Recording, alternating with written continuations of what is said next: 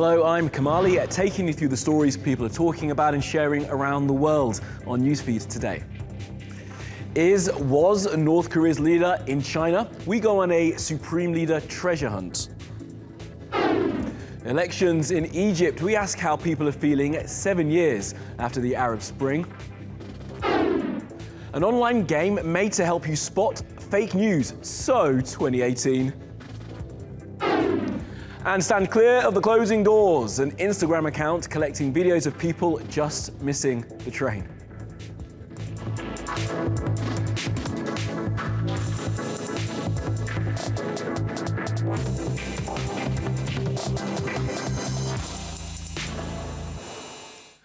All right, well, at the top of our newsfeed, where is Kim Jong-un? Like the movie Snakes on a Plane, this is Supreme Leaders on a Train. The Twitterverse is putting 2 and 2 together and coming up with this. Our man Oscar is on the case. Just where in the world is Kim Jong-un? That's the question being asked amid feverish speculation that the North Korean leader has hopped onto a train to China. Japanese media outlets first broke reports that a high-profile figure had arrived in Beijing on a North Korean diplomatic train, similar to one used by Pyongyang's leaders. Chinese officials have refused to confirm the visit, and state media there have steered clear of the story. But foreign journalists in China have gone into overdrive on social media. Many have tweeted clips of what's believed to be the Supreme Leader's distinct armoured green train chugging along in the Chinese capital, while others have posted vision of what they say is Kim Jong-un's vast motorcade. Fueling the speculation is the heavy police presence at venues where President Xi Jinping usually hosts foreign dignitaries. And curiously, China's state censors have been busy deleting or blocking any mention of North Korea, Kim Jong-un, or his rumoured visit on Chinese social media. If the rumours are true, it would be Kim's first foreign visit since becoming leader in 2011. Last month, US President Donald Trump shocked the world by agreeing to meet the North Korean leader sometime before May. Analysts have said that before any meeting does take place, Kim Jong-un would sit down with Chinese leaders first, Beijing being one of the North's strongest allies. So, is this that meeting? Well, it all depends on who you ask. I do love a good mystery. Let's look at what else is trending on social media. Now, the woman whose name was put to the case that ended segregation in schools in the United States has died. Linda Brown's father tried to enroll her in an all-white school in Kansas in the 1950s. She was denied access, went to the Supreme Court, and her case ended racial segregation in American schools. Linda Brown was 76.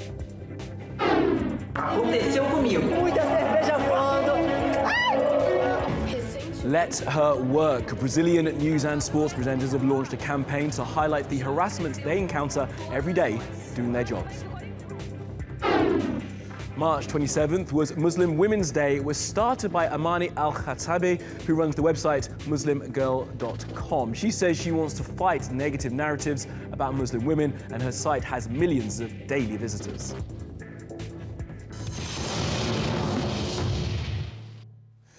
Well, it is election time in Egypt, and the result seems pretty set. They'll be out on April the 2nd, and people are voting right now. It's all but guaranteed that Sisi will remain in power. Now, I'm going to talk with an Egyptian journalist in a couple of minutes, but first, how has President Sisi fared since coming to power?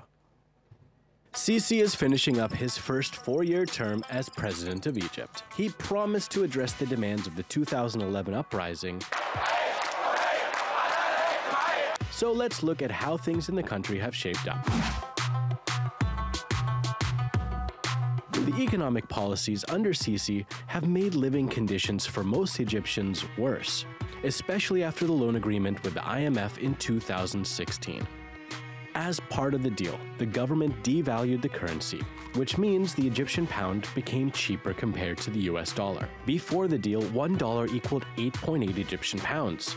Now it's 17.6. The idea was for Egypt to devalue its currency in hopes of making its exports cheaper and more competitive. But the problem was that some of the products Egypt produces depends heavily on imports, and the devaluation made those imports far more expensive.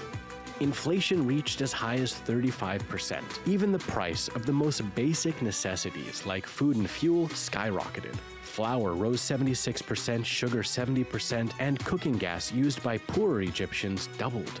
To make matters worse, the IMF loan deal also required the removal of government subsidies for Egyptians, meaning their safety net was taken away. So far, the whole deal did a lot more harm than good.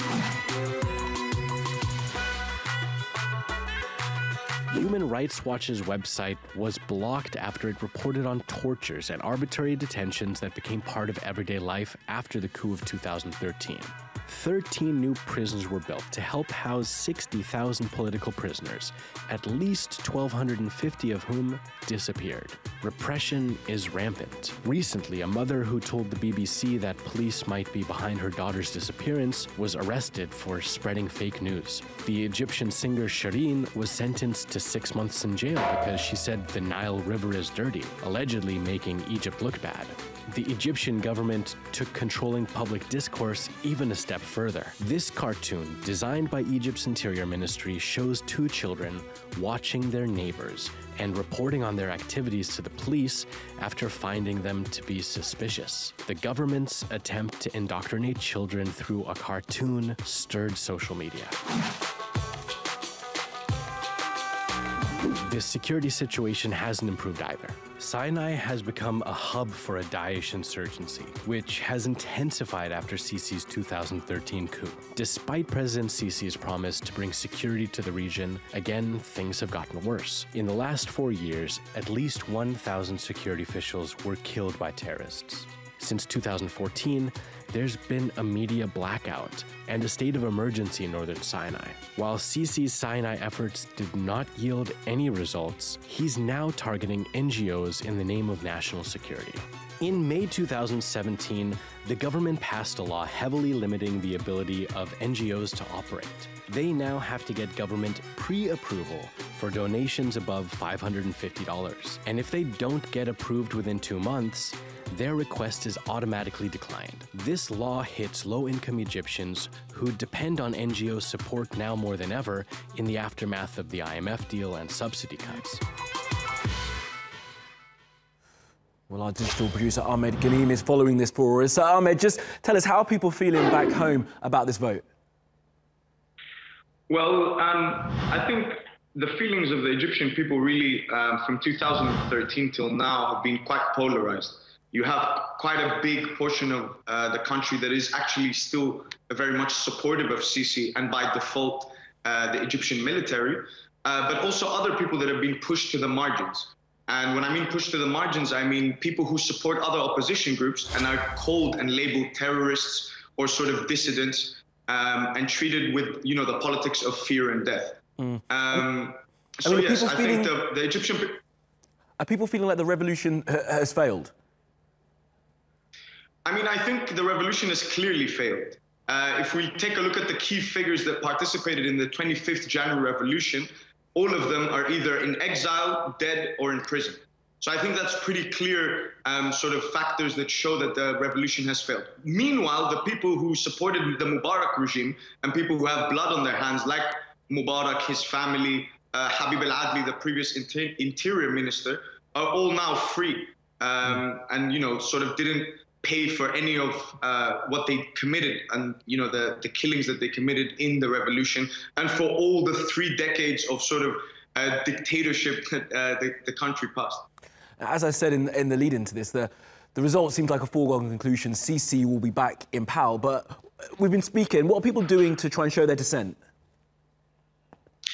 Well, in the past few weeks, there's been actually 2 major incidents. The first would be youth in football grounds when Al Ahly was playing a team in the African Cup of Nations, or the African Champions League rather, and they were heard calling on Sisi and the government to sort of free fans that have been put in prison, and also calling for, you know, the bread, freedom, and social justice, the 3 main demands of the January 25th revolution. Now, the story of these football fans is very important. And it's often missed by commentators talking about the Egyptian revolution. The Egyptian football fans were one of the main groups that participated in the 25th January revolution, And they're one of the only groups that knew how to deal with police and security forces. So on the ground in Tahrir Square, it was many of these youth, you know, allied to whatever team, yani Al-Ahli or Zamalek or other teams in general, that came together and protected fans and protected protesters from security forces. And now the second one that actually happened that was also quite important is a random protest that started with people pulling down Sisi's posters, which, you know, are hard to miss today in Cairo or in Alexandria or any of the big cities. And when that happened, that actually shows us a lot. What does it show us? It shows that this was not a planned protest. So the government cannot call this a protest organized by the Muslim Brotherhood. They cannot say that this is by, you know, sort of leftist politicians or so on. This is a reflection of people being frustrated at the status quo today. Absolutely. All right, well, we get the results on April the 2nd. Ahmed, thank you for now.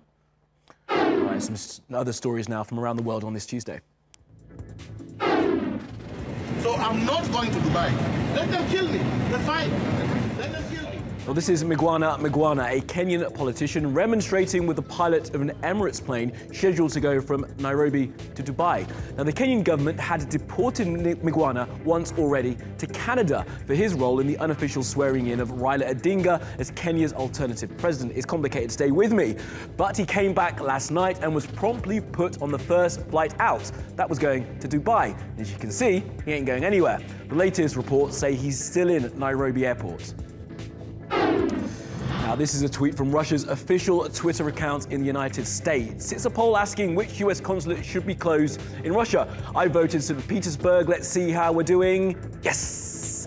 Now, Russia's consulate in Seattle has been closed and more than 60 Russians were kicked out of the United States. Russian diplomats have also been expelled from a number of EU countries and from Ukraine.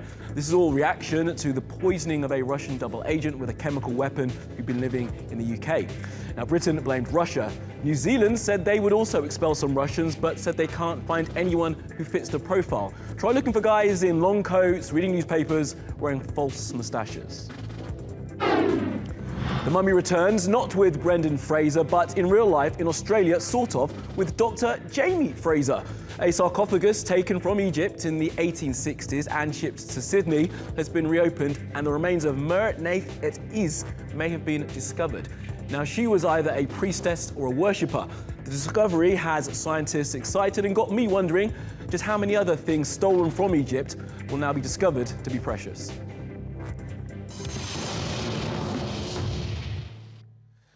Now, a weird part of American sports is in the spotlight thanks to social media, cheerleading. This is Bailey Davis. Now, she was a cheerleader for the New Orleans Saints, but she posted a picture of herself on Instagram and her team boss didn't like it. She was in her underwear, and that broke the team rules. Now she's taking the team to court, claiming unfair dismissal. Her case has revealed a bunch of other outdated cheerleader rules. Example, they can't speak to players. If they're in a restaurant and a player enters, the cheerleader has to leave, and they have to block all players from social media.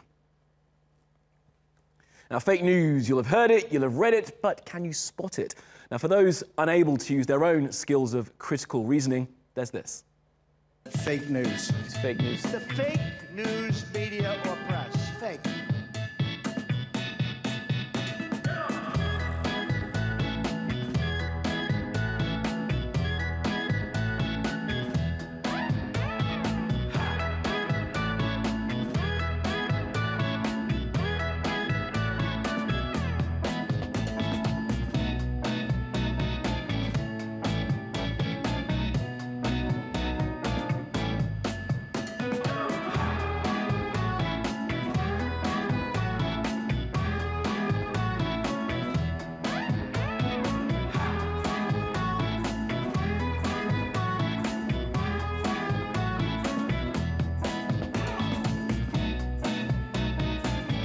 One of the badges is about deflection. Very briefly, deflection means you're fake news, essentially, when you're deflecting blame and trying to launch counterattack.